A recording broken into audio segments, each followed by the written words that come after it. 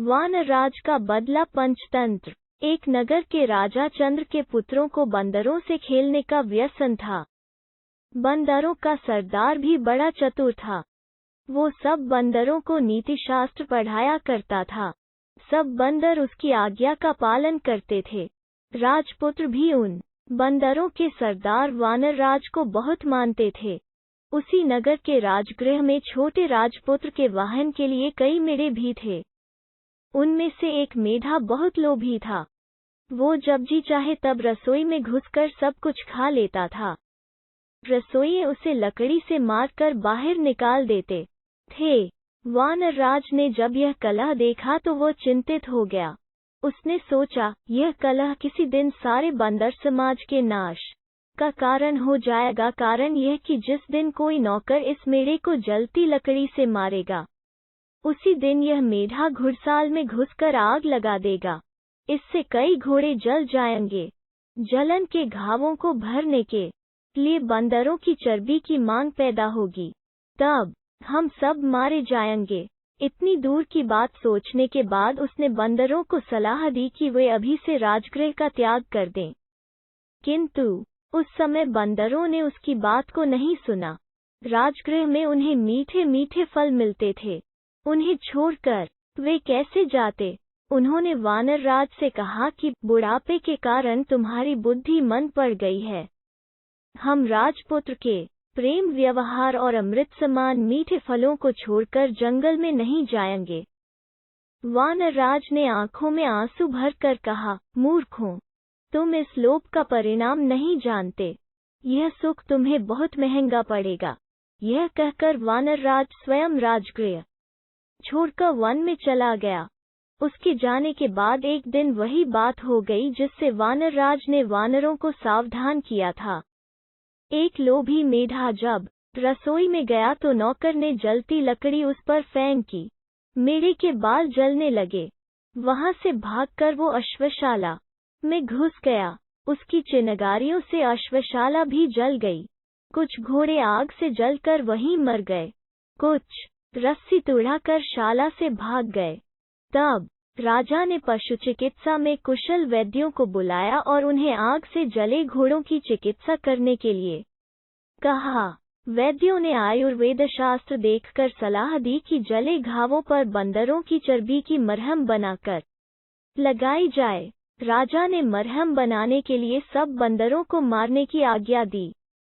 सिपाहियों ने सब बंदरों को पकड़कर लाठियों और पत्थरों से मार दिया। वानरराज को जब अपने वंश क्षय का समाचार मिला तो वो बहुत दुखी हुआ।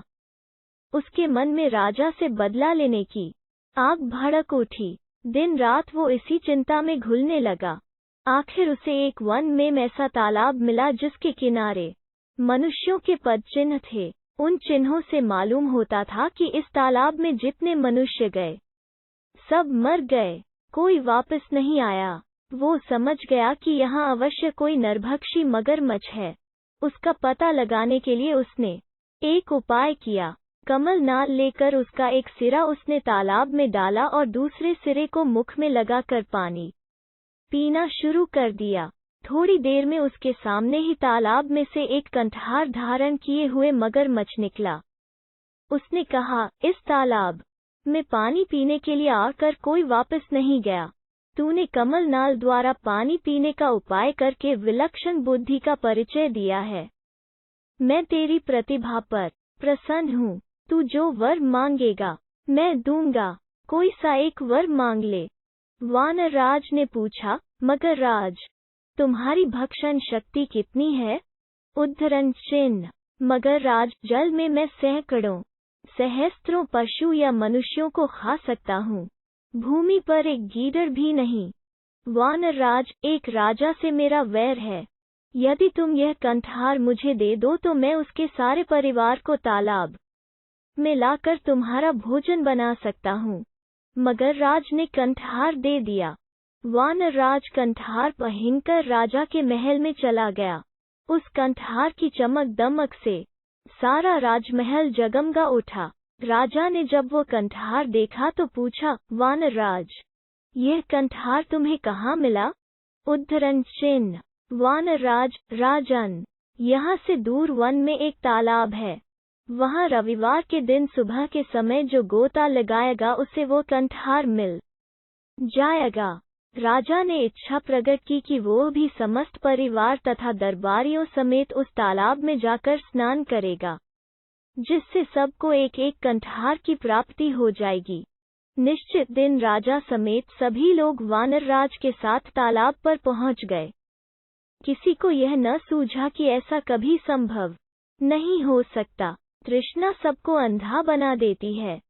सैकड़ों वाला हजारों चाहता है, हजारों वाला लाखों की तृष्णा रखता है। लक्षपति करोड़पति बनने की धुन में लगा रहता है। मनुष्य का शरीर जरा जीर्ण हो जाता है, लेकिन तृष्णा सदा जवान रहती है। राजा की तृष्णा भी उसे उसके काल के मुख तक ले आई। सुबह होने पर सब लोग जलाशय में प्रवेश करने को तैयार हुए। वानरराज ने राजा से कहा, आप थोड़ा ठहर जाएं, पहले और लोगों को कंठहार लेने दीजिए। आप मेरे साथ जलाशय में प्रवेश कीजिएगा। हम ऐसे स्थान पर प्रवेश करेंगे जहां सबसे अधिक कंठहार मिलेंगे। जितने लोग जलाशय में गए, सब डूब गए, कोई ऊपर न आया। उन्हें देरी होती देख राजा ने चिंतित होकर वानरराज की ओर देखा। वानरराज तुरंत वृक्ष की ऊंची शाखा पर चढ़कर बोला, महाराज, तुम्हारे सब बंधु बांधवों को जलाशय में बैठे राक्षस ने खा लिया है। तुमने मेरे कुल का नाश किया था, मैंने तुम्हारा कुल नष्ट कर दिया। मुझे बदला लेना था, ले लिया। जाओ, राजमहल को वापस चले जाओ। राजा क्रोध से पागल हो रहा था, किंतु अब कोई उपाय नहीं था। वानरराज ने सामान्य नीति का पालन किया था। हिंसा का उत्तर प्रतिहिंसा से और दुष्टता का उत्तर दुष्टता से देना ही व्यवहारिक नीति है।